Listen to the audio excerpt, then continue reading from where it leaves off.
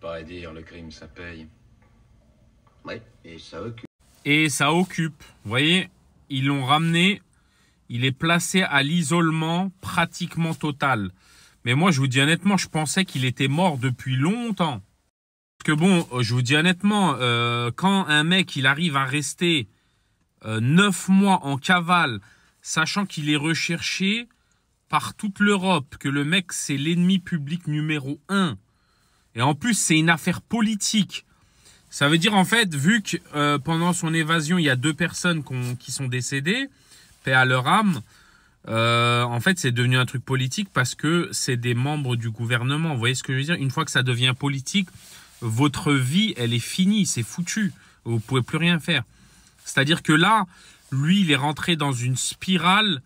La surmédiatisation, en gros, c'est devenu une question d'image. D'accord?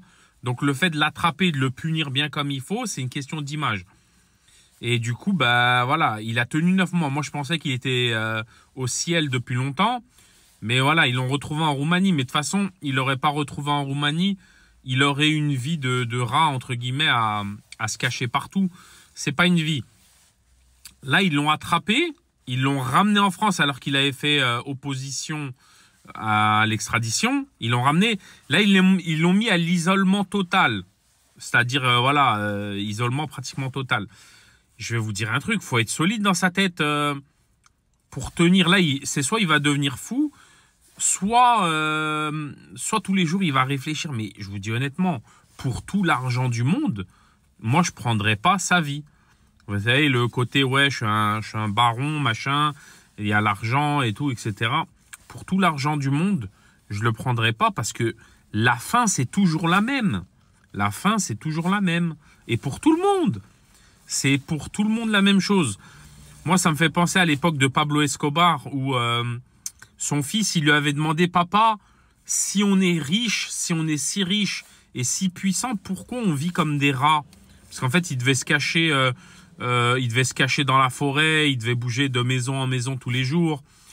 Donc honnêtement, vous imaginez le stress que c'est infernal. Lui, là, il s'est fait attraper, ils l'ont ramené. On va plus en entendre parler. Il y a quelqu'un qui va prendre sa place dans la rue ou sur le terrain. Et en fait, ça va être, c'est sans fin. C'est un manège sans fin. Il y a toujours un mec qui pense que, voilà, moi, ils vont pas m'attraper. Mais au final, c'est toujours la même chose. C'est-à-dire qu'ils attrapent toujours quelqu'un. C'est une roue, elle n'arrête jamais de tourner. Et quand ils vous envoient en zonzon comme ça, isolement total. Mais il y en a, ils essayent de faire il y en a, ils essayent eux-mêmes de rejoindre le ciel. Ils ont rattrapé Redouane Faïd en peu de temps. 1 mois et demi, je crois. Et Redouane Faïd, il était costaud mentalement. Hein. Il l'avait mis à l'isolement, il n'avait pas pété les plombs. Mais il était costaud dans sa tête, entre guillemets. Et bien sûr, paix à l'âme de leurs victimes. Mais ce que je veux dire, c'est que c'est pas une vie. Et comme il dit dans l'évadé d'Alcatraz, le crime, ça paye et ça occupe.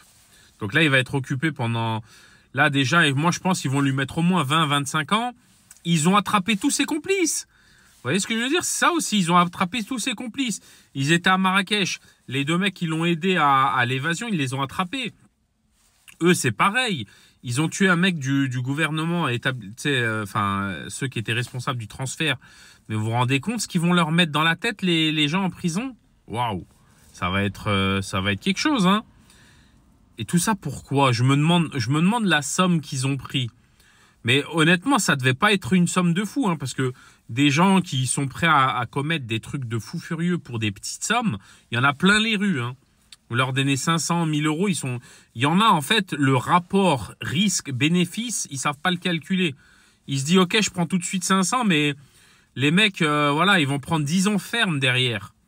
Ça veut dire, il irait travailler, faire de la mise en rayon 1 mois, il gagnerait plus. Ouais, on est dans un monde où les gens ne savent pas faire le risque, le rapport risque-bénéfice.